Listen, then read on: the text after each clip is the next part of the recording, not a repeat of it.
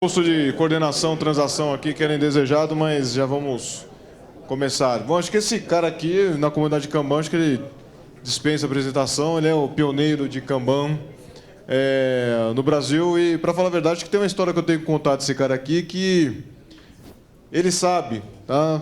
Outro cara que é amigo nosso que sabe é o Cláudio Tales, lá do Ceará. O quanto que eu resisti a Kanban.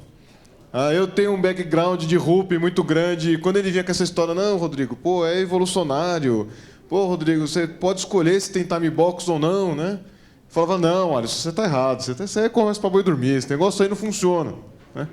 Até eu começar a ter as minhas dificuldades, né, no meu trabalho, e aí comecei a procurar alternativas, e o Alisson estava lá pronto para me ensinar aí a aplicar isso aí. Então, devo muito a esse cara, e agora ele vai entregar aí o keynote para encerrar o nosso evento, ok?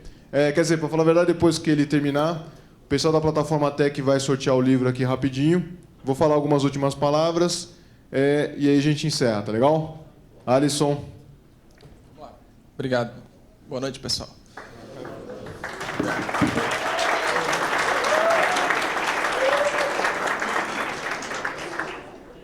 Show. Vamos lá, gente. Então, o tema aqui, eu quero conversar com vocês sobre a minha última descoberta conceitual, vamos dizer assim, que começou há 4 anos atrás com esse cara aqui, que é o Russell Ackoff.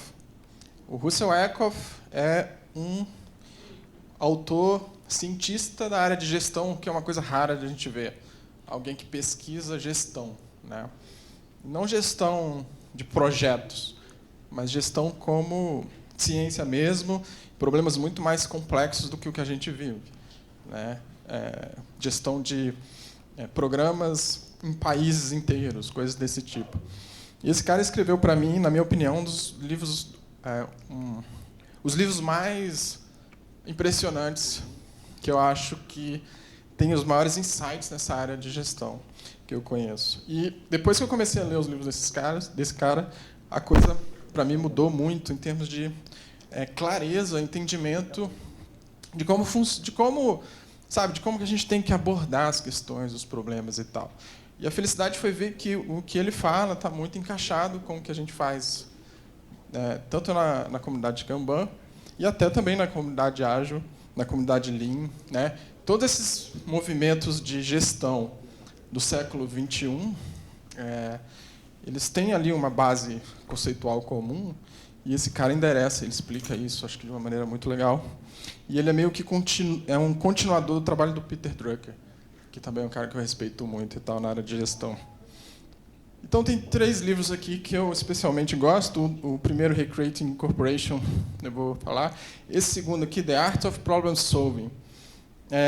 Esse livro eu consegui identificar com mais clareza a ideia assim, de um conceito que eu acho que é a base do que a gente faz, que é basicamente como é que a gente encaixa um problema com uma solução. Certo? É mais ou menos esse o tema da palestra aqui. E ele é um dos caras também que conecta melhor a ideia de Systems Thinking, que é um termo que a gente ouve muito falar, e vocês devem ter ouvido falar várias vezes aqui, e que é meio abstrato, né? Pô, mas o que é esse negócio de Systems Thinking? E realmente ele é difícil.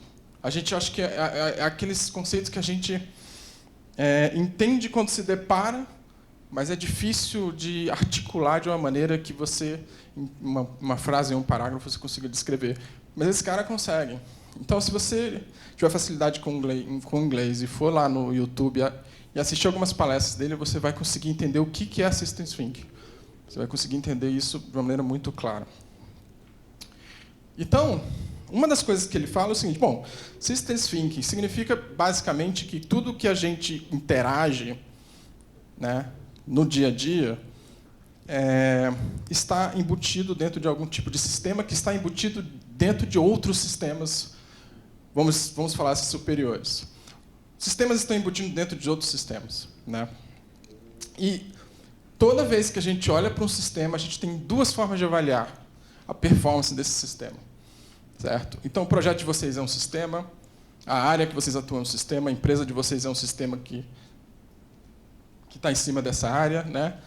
O código-fonte de vocês é um sistema. O ambiente que você cria ali na sala acaba se tornando um sistema também, né?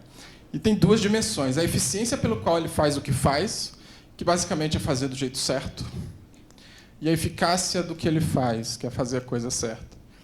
Essas duas coisas são realmente importantes. Por quê? Porque elas definem juntas a qualidade do resultado que vocês geram no trabalho de vocês. E elas têm formas de olhar e de intervir completamente diferentes. Certo? Então fica uma coisa estranha. Poxa, espera aí. Eu vou fazer intervenções lá no meu sistema de trabalho, mas dentro desse sistema de trabalho eu tenho duas formas de olhar para ele, e dependendo de onde olhar, eu tenho que fazer de uma forma completamente diferente. Opa, o troço ficou meio confuso, porque eu não fazia isso antes. Pois é, mas a ideia aqui é vocês entenderem que isso é possível de ser feito.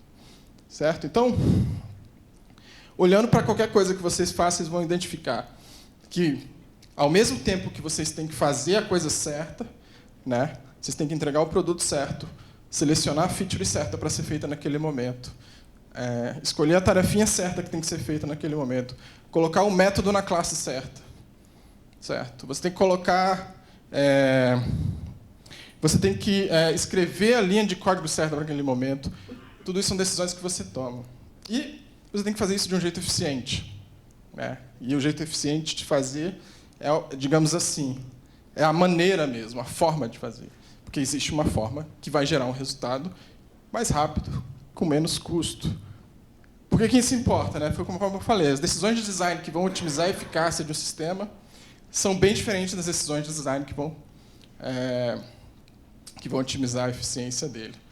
São duas coisas bastante diferentes. E aí a pergunta que fica é essa. O que a gente está otimizando quando a gente faz uma intervenção?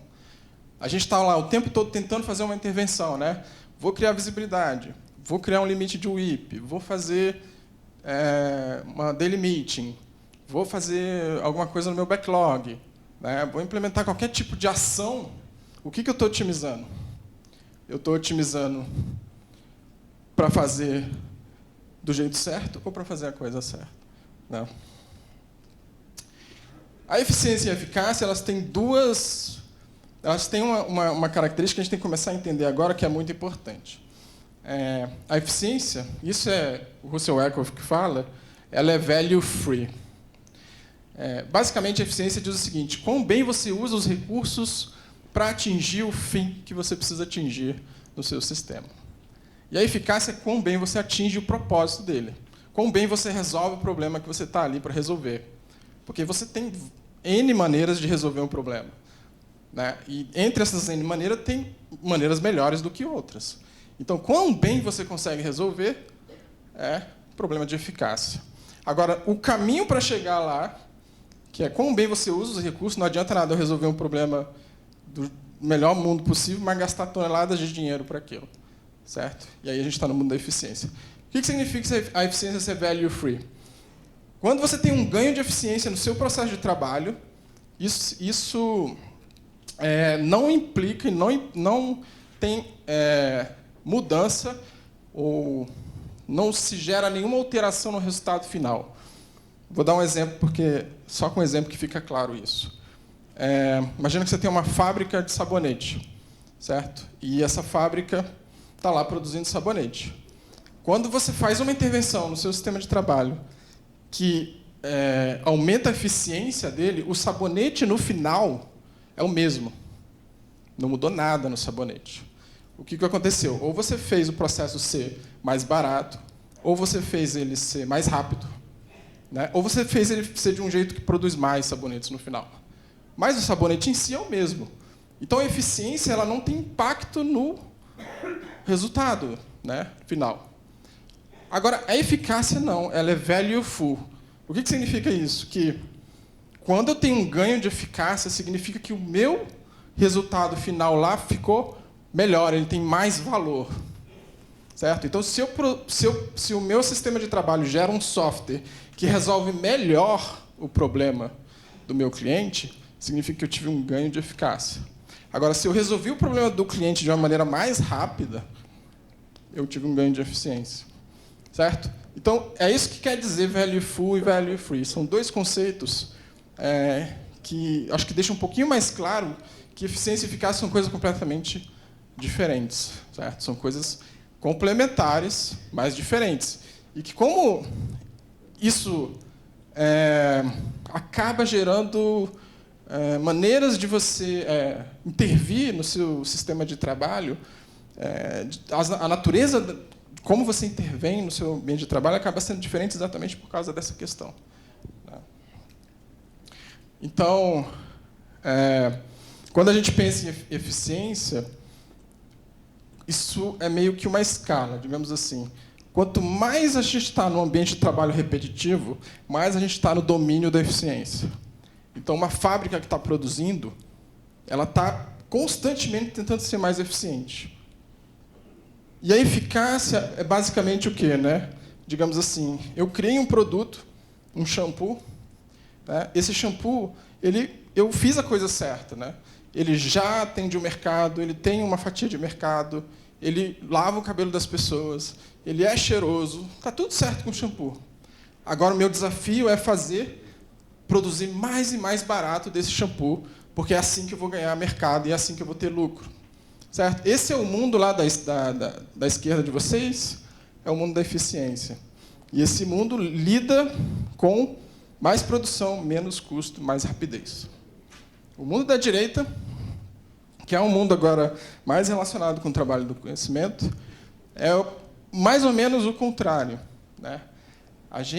O desafio aqui é criar a melhor solução para um dado problema dentro de restrições conhecidas. Né? E é basicamente isso que a gente faz o tempo todo no nosso ambiente de trabalho. A gente tem que dar soluções para problemas diante de restrições que aparecem na nossa frente. Nesse caso aqui, você meio que já sabe como fazer. Né? Você meio que já sabe como desenvolver uma feature nova no seu produto, né? Lá no projeto que você participa. Mas o desafio está em saber qual é a feature certa que você vai desenvolver, qual é o momento que tem que ser desenvolvida, né? Qual é o ponto certo onde eu vou colocar o código. Ou seja, são as decisões que eu vou tomar digamos assim, o desafio que a gente tem. Então, nesses dois modelos, lá a eficácia está inserida dentro do contexto de eficiência e aqui a eficiência que está inserida dentro do contexto de eficácia. Então, inverte, certo? Então, isso aqui é para a gente ter uma noção de como esses dois conceitos são... Eles são complementares, mas podem ser antagônicos ao mesmo tempo. Certo? Então, vamos dar exemplos práticos.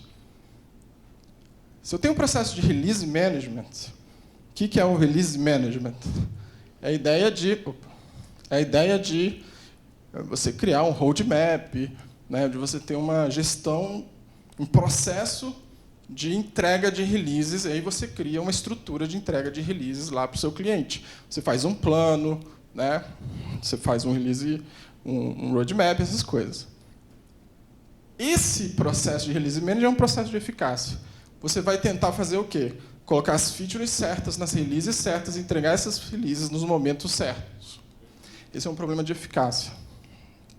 Já o processo de deploy, que é basicamente pegar o seu código-fonte, tirar da máquina de um servidor ou de uma máquina de um desenvolvedor e colocar em produção ou em homologação, seja lá onde for, é um problema de eficiência, certo?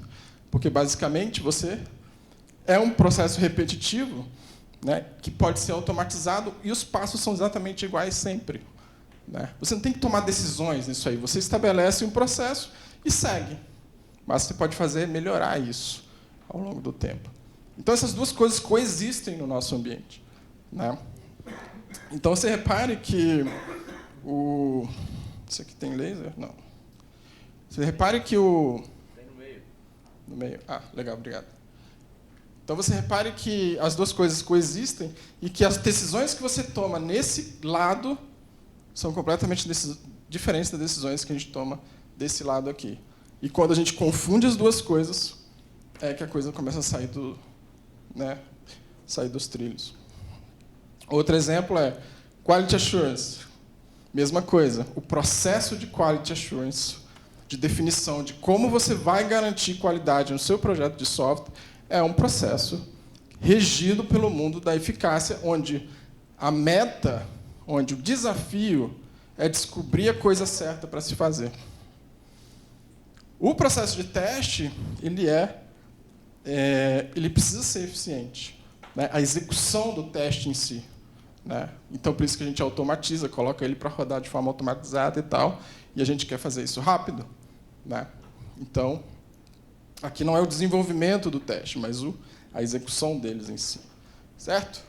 Então, o que acontece quando você otimiza o sistema para eficiência, né?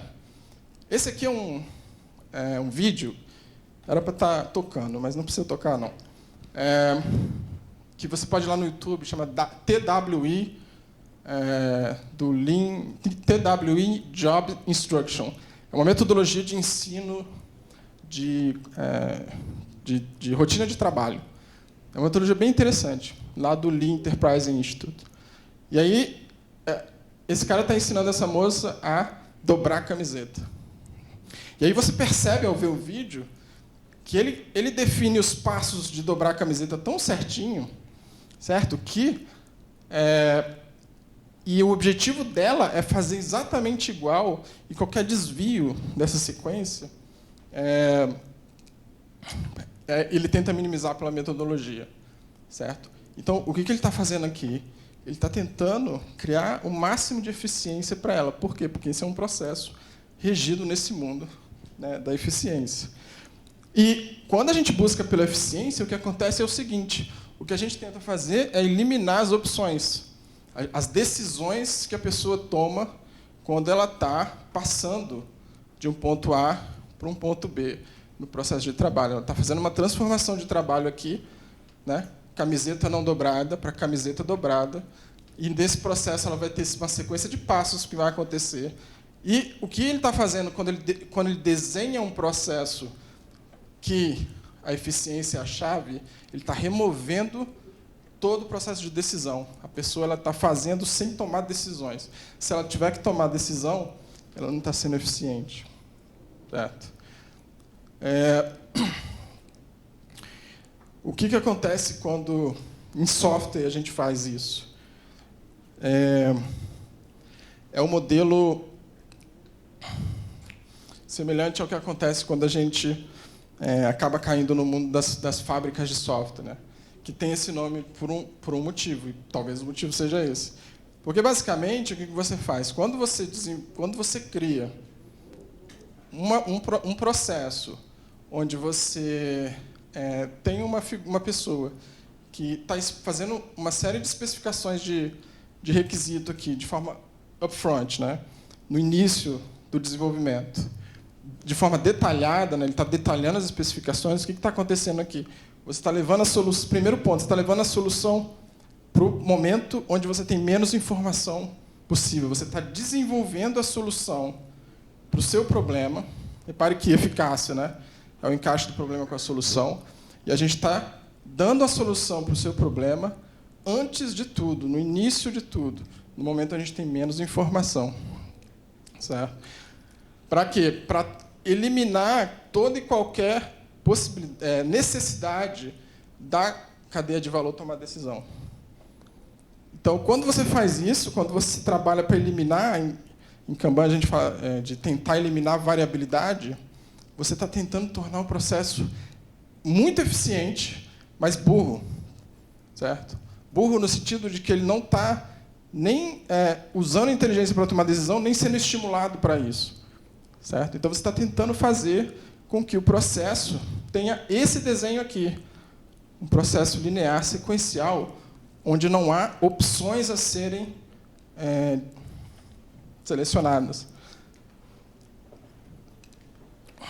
No caso da ideia de eficácia, você tem o ponto A e o ponto B.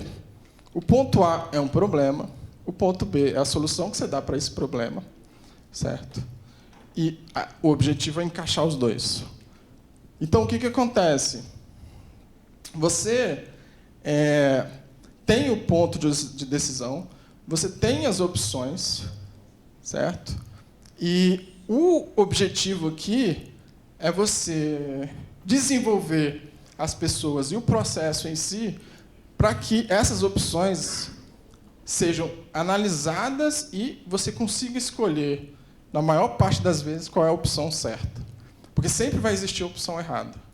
Então, quanto mais você estiver preparado para tomar uma decisão correta, na hora de passar de um ponto A para B, mais eficaz você vai ser. Certo? E o que acontece? O terreno em que isso aqui acontece é o seu sistema. Pode ser o sistema código, pode ser o sistema empresa, pode ser o sistema projeto, pode ser o sistema área de testes, seja qual for. Né? Então, a forma de pensar para que isso aqui aconteça, para que você consiga deixar explícitas as opções e tomar as decisões corretas, é o que a gente chama de Systems Thinking. Systems Thinking é a forma de pensar para que você consiga, né, trabalhar dentro disso aqui. E a forma de agir é buscando o encaixe do problema-solução, né, da melhor forma possível. Vamos deixar isso mais concreto já. Tá? Então, o que acontece aqui é o seguinte. Nesse caminho do problema para a solução, você passa em vários pontos A e B aqui. Quais são esses pontos A e B? Por exemplo, dentro de... Imagine que você trabalhe com sprints ou com time box. Você definiu um planejamento no início da sprint, você vai fazer uma entrega no final. Você definiu um ponto A e um ponto B, que você está tentando encaixar. O problema do ponto A é, eu tenho essas features para fazer, e a solução que eu tenho que dar é como eu desenvolvo todas essas features. Dentro dessa, você tem vários pontos A e ponto B. Então, quando eu pego uma feature para desenvolver, eu tenho a mesma coisa. O ponto A, que é aquela feature que começou a ser feita, e o ponto B, ela é entregue. Né? E tudo isso você consegue ver no seu Kanban. Né? Quando eu tenho que fazer o teste, mesma coisa. Estabeleci um ponto A, eu tenho uma feature concluída, só que ela não está testada, o ponto B é ela testada. Então, você tem uma cadeia de pontos onde você precisa de eficácia, onde você tem essas decisões a tomar, onde você vai tomar essas decisões e você vai encaixar um problema com a solução. E esses pontos, normalmente, tem várias pessoas envolvidas, o que torna o processo um pouco mais difícil. Então, qual que é a ideia de ser eficaz? É você, em todas essas micro-rotinas, em todas as rotinas que acontecem no seu ambiente de trabalho, você conseguir criar a melhor solução para um dado problema dentro das restrições que existem no seu ambiente. Então, e é isso que você faz o tempo todo. Você faz no nível do seu portfólio, no nível do desenvolvimento da sua feature, no nível do... na hora que você está testando, na hora que você está escrevendo código, na hora que você está fazendo pair programming, né? Você está sempre nesse terreno. Né? Então, como é que acontece com o Kanban? Quando você tem lá, você desenha o seu sistema de trabalho, e aí você tem um negócio que é a entrada no sistema. Dentro do Systems Thinking existe um termo chamado gatekeeper. O que é o gatekeeper? Qualquer sistema que tenha fluxo, que ele processe coisas. Por exemplo, essa conferência. Ela tem um sistema onde você teve pessoas, um monte de pessoas poderia estar aqui. Mas houve um processo de seleção para que vocês estejam aqui. Esse processo de seleção que aconteceu, que envolveu inscrição, envolveu viajar para cá, estar aqui e tal, é um gatekeeper. Qual é o gatekeeper para entrar na faculdade? É o vestibular. Você tem um processo de seleção, um monte de gente gostaria de estar na faculdade, mas nem todo mundo pode. Por quê? Porque a faculdade não dá conta de aguentar. Então, ela cria um gatekeeper. É um processo que seleciona quem é mais apropriado para estar dentro do sistema. Lembra alguma coisa com o ambiente de trabalho? Claro. Você tem um monte de demanda que chega para você, e aí eu pergunto, qual é o gatekeeper de vocês? Não é? Qual é o processo que avalia qual é a demanda que tinha que estar dentro do sistema naquele momento, né? Esse processo é um processo de seleção dentre várias opções. Você tem ponto A, ponto B, 300 opções diferentes que você poderia, né? Calcula a probabilidade de um backlog de 50 itens, calcula aí a quantidade de opções que você tem para trazer desses 50 itens, sei lá, 5 ou 6 para estar no teu WIP. Né? É uma quantidade imensa. Então, essa capacidade de você escolher a coisa certa dentro do seu backlog, e trazer para dentro do seu WIP na hora certa, isso é um processo de eficácia. Se você faz isso direitinho, você está sendo eficaz em que nível? Você está sendo eficaz no nível de entregar, de resolver os problemas certos na hora certa para o seu cliente, para a sua empresa, para a área, etc. Qual é o custo de não fazer isso? É o custo de você estar entregando algo que não precisa ser usado, ou não precisa ser feito. Certo? Então, esse é um aspecto do Kanban que eu diria é um dos aspectos mais importantes que a gente tem que prestar atenção. Para você ser eficaz no seu ambiente de trabalho, a primeira coisa é garantir que o seu WIP está puxando o que tem que puxar. E aí, qual é o gatekeeper? É uma pessoa? É um processo? O ideal é não ser uma pessoa, é ser um processo, é ser uma estrutura, é ser uma combinação de processo, pessoas, cadência, né, tempo.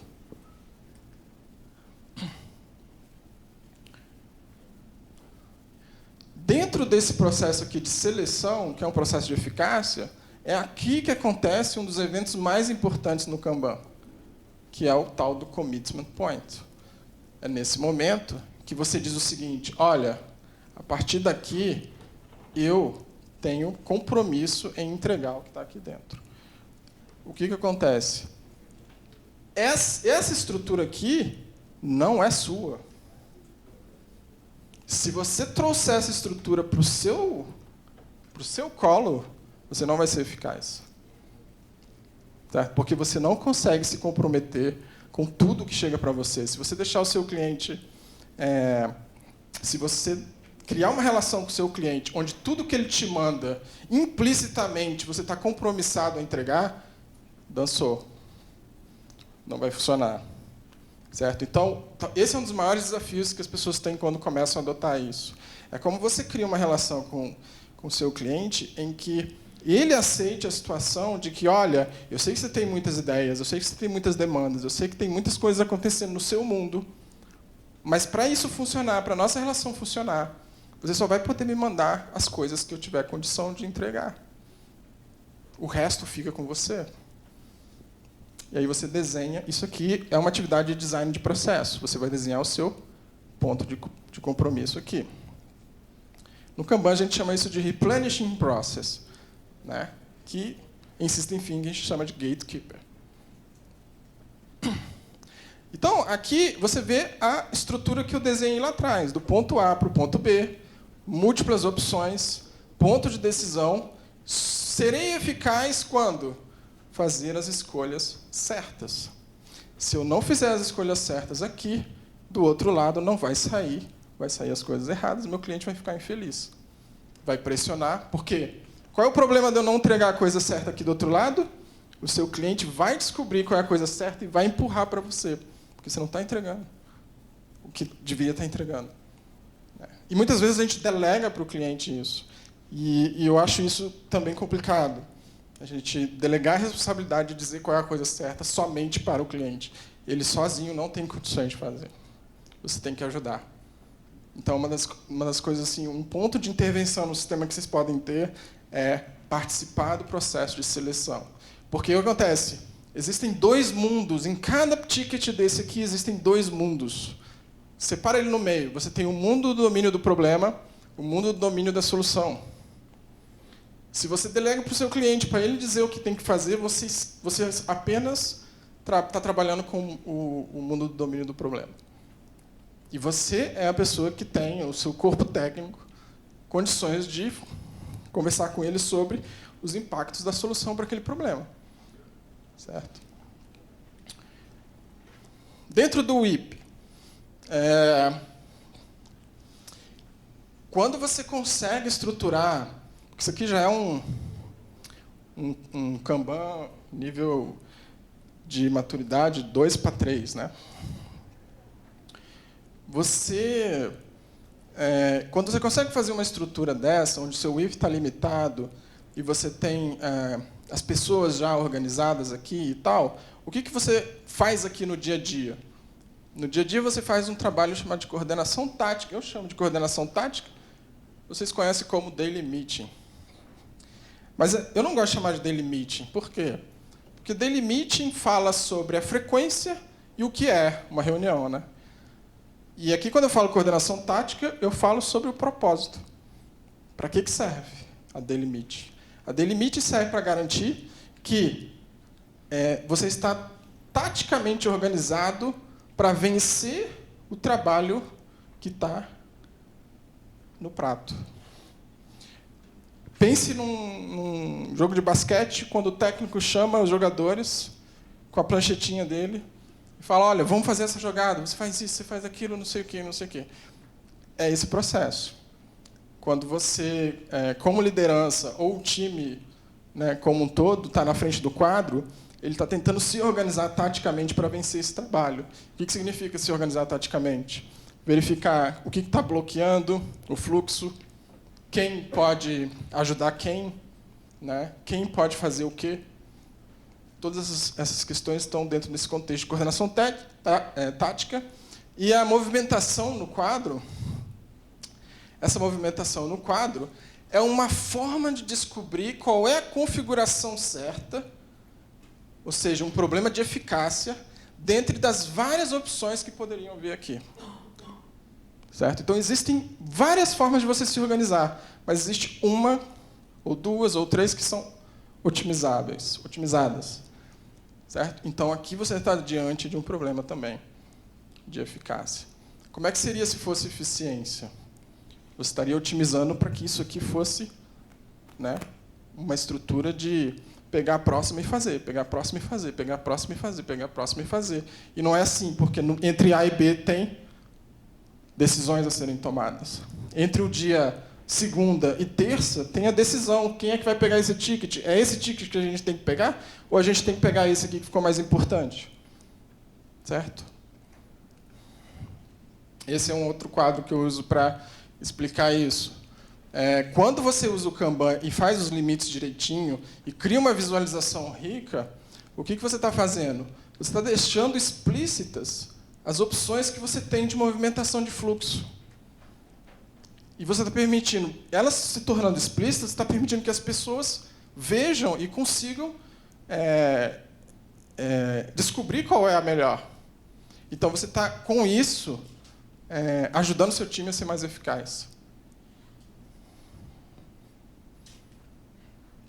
Beleza, então, resumindo, nos problemas que a gente fala,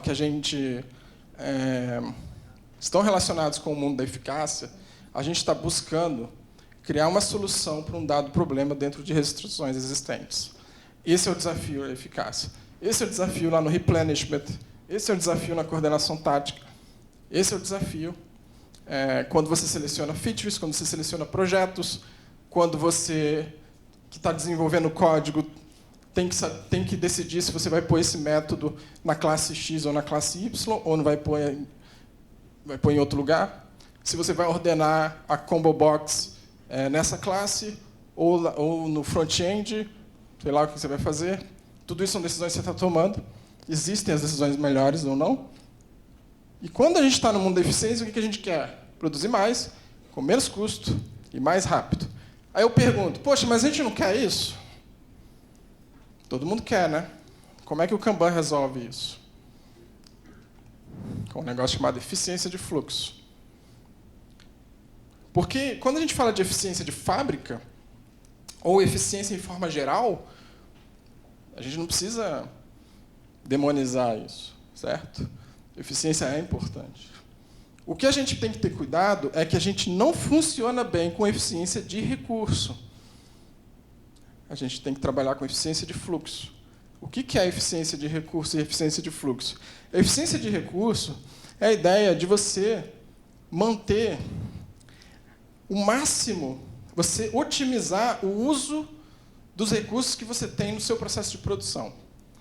Certo? Então, uma fábrica, por exemplo, que compra uma máquina, ele vai querer que aquela máquina opere no máximo possível para poder ter o máximo de resultado do investimento que ele fez naquela máquina. Certo? Quando a gente transforma isso para o nosso ambiente de trabalho, a ideia é de eu puxar o máximo, por exemplo, de um programador, por exemplo. Né?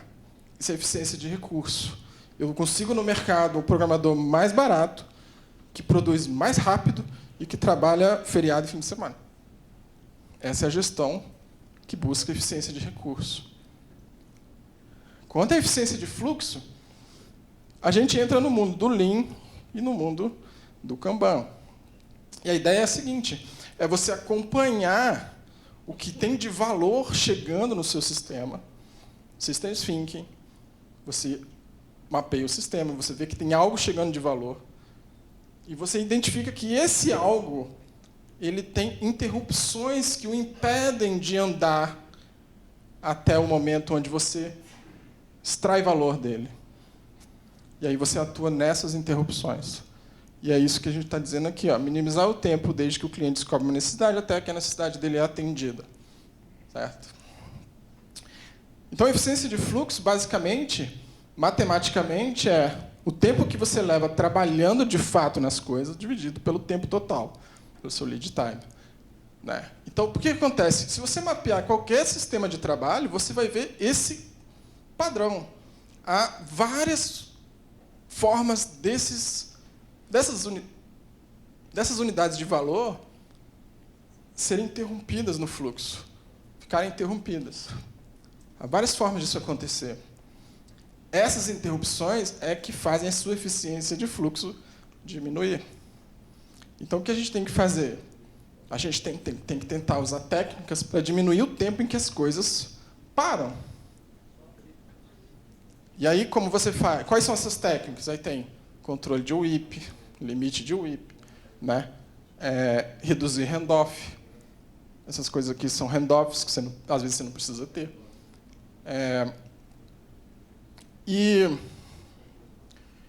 Então, esse é o tipo de eficiência que a gente precisa buscar nos nossos ambientes de trabalho. Para entender esse mundo da eficiência de fluxo versus eficiência de recurso e eficiência de forma geral, eu recomendo esse livro aqui. Esse é o melhor livro que eu já li sobre esse assunto.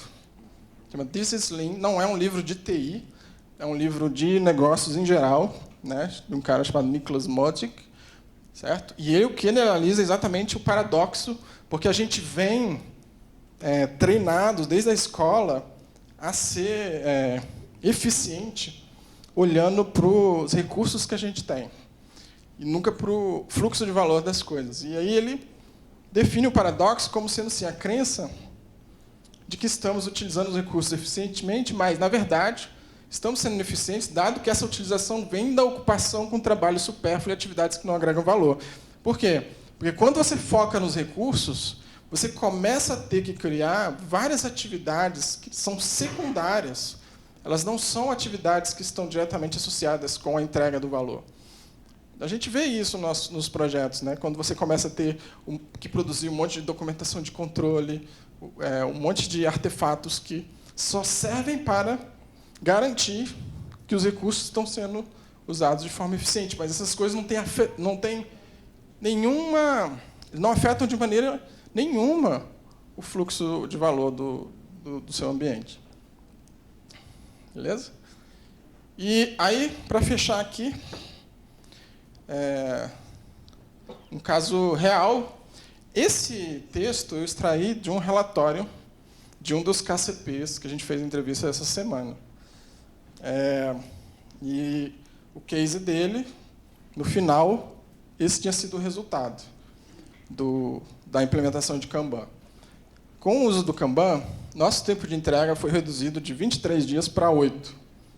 O número de defeitos foi reduzido em 80%. Os feedbacks dos clientes começaram a ser muito positivos e conseguimos alcançar um recorde excepcional em nossa empresa. Alguns projetos foram entregues em 3 meses, contados a partir do dia que foram inicialmente propostos pela área de negócio, muito abaixo dos 18 meses que a empresa estava acostumada a entregar. Fantástico, né? Agora, vamos mapear isso com eficácia e eficiência. Nosso tempo de entrega foi reduzido de 23 para 8 dias. Esse é um ganho de quê? De eficiência.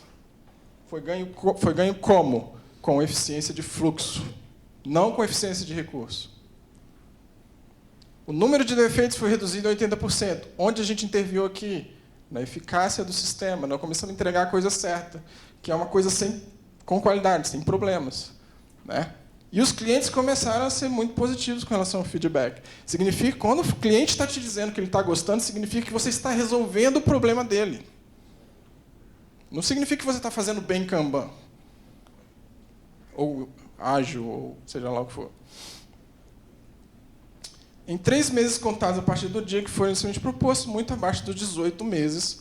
Isso aqui é eficiência no nível do portfólio. Certo? Você está tendo ideias de projetos e entregando esses projetos muito mais rápido. Certo? Então, aqui a gente ilustra esse entendimento de como a eficácia e a eficiência são mundos diferentes e que eles estão lá no nosso dia a dia o tempo todo e que, na verdade, a gente precisa...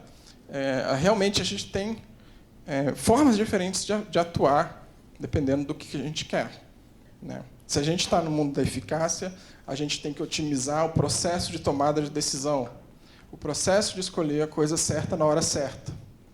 Se a gente está no mundo da eficiência, a gente tem que otimizar a remoção de delays, de retardos, de desperdícios do nosso processo.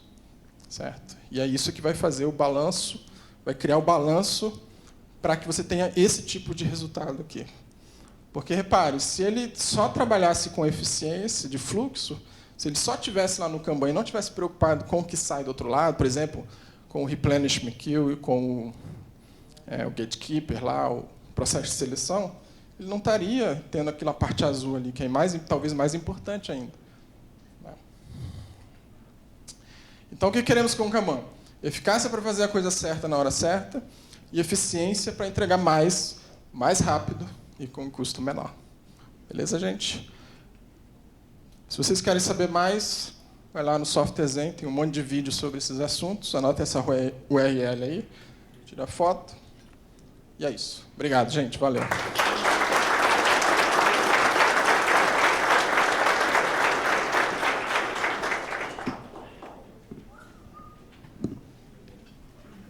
Obrigado, Alisson. Agora vai rolar rapidinho aqui o sorteio do pessoal da PETEC. Vamos lá? Albino, palestrante aqui também, workshop super bem recomendado.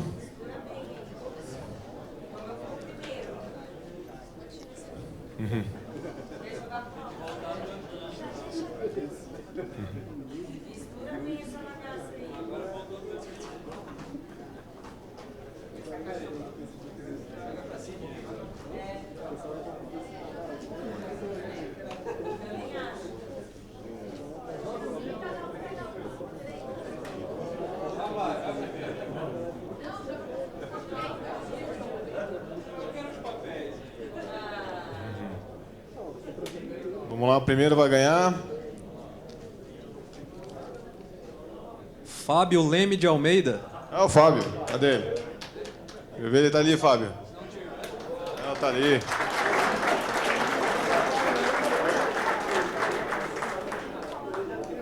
Próximo. Diego Cantu. Olha lá. Você é um dos caras mais animados da nossa comunidade aqui. Meu. O cara tá se metendo em todas aí. Parabéns, Diego. Vamos lá. E o o último... Túlio o quê? Ultramari. Mais um. Olá, Túlio. É isso aí. Obrigado, Hugo. Até mais. Rafa. Ok, chegamos então aí no fim, né? E quais são os próximos passos, né? Acho que, dado o sucesso da conferência, fiquei muito satisfeito aí com o resultado. Essa noite eu vou dormir que nem um bebê gordo, tá? E amanhã, possivelmente, eu vou dormir que nem um bebê bêbado, tá? Mas essa é a natureza, tá, dos eventos da Lean Kanban Conference. Eu sempre convido todo mundo. O evento lá nos Estados Unidos é bastante legal, geralmente acontece em maio. Não sabemos ainda onde vai acontecer esse ano, mas a natureza é mais ou menos essa, mas lá você conhece aí outras pessoas importantes da nossa comunidade, então é sempre bom. Eu quero deixar, de alguma forma, uma visão, pessoal, que eu acho que a comunidade do Brasil aqui de Kanban tem que se envolver um pouco mais com aquilo que acontece aí no mundo, né? Então, isso aqui acho que é a ponta da espada, né? Para a gente começar agora a criar mais e começar a se envolver mais e começar a missão. Acho que uma visão importante que eu tenho para o gestão e para a melhoria aqui no Brasil, né? Deixa eu fazer uma pergunta agora, vou fazer algumas perguntas aqui. Quem aqui trabalha especificamente na área de tecnologia? Só para saber, TI mesmo. Quase todo mundo. Tá? Quem aqui se considera no nível middle manager ali? Tá? Não é um C-level, não é não está simplesmente sob liderança, mas também não é um C-level. Levanta a mão. Legal? Grande maioria. Tá? O nosso posicionamento nessa conferência é exatamente para vocês. Tá? O Kanban ele nasceu desse mundo de middle management, porque o David era um middle manager. Então ele usou o Kanban para resolver os problemas dele. Agora, uma das missões que nós temos é que Kanban não é só TI. O Kanban não é só TI. Cada vez mais a gente vai posicionar essa conferência como algo que simplesmente é gestão de forma genérica. Tá? Então, missão que eu quero deixar para vocês vamos de alguma forma continuar se engajando. Inicialmente, pessoal, vai ser a newsletter do evento, tá? O site vai continuar, porque a Lean Kanban Brasil é uma marca, para falar a verdade. Estamos pensando também, pessoal, em fazer eventos locais, menores, tá? Para comunidades, sei lá, tem um pessoal muito forte lá em Florianópolis, por exemplo, Minas, talvez, Rio de Janeiro, né? E acho que o objetivo foi cumprido. Gostei muito da presença de todos e espero que a gente consiga se ver aí no ano que vem, tá? Mas vamos continuar mantendo contato. Uma coisa importante, pessoal, eu vou tentar deixar a newsletter que está lá no nosso site o mais viva possível. Tá? Tem uma entrevista muito legal. Cadê o André Suman? Está aí ainda? Com o André, que vocês vão gostar bastante também, com ele e com o Reinaldo lá da Matera, né? Então eu tenho alguns conteúdos ainda para liberar para vocês, que por conta da corrida da conferência não deu, mas o jogo continua. Tá? Vamos aí continuar fazendo webinars, vamos continuar se engajando e um ponto de encontro muito importante é a Slack de agilidade, que está lá na agilidade.org, tá? Quem não estiver fazendo parte ainda. Hoje, pessoal, o ponto de encontro Kanban está ali, tá? E possivelmente acho que vai continuar. Ok? Boa noite, pessoal, e muito obrigado mais uma vez pela presença de vocês.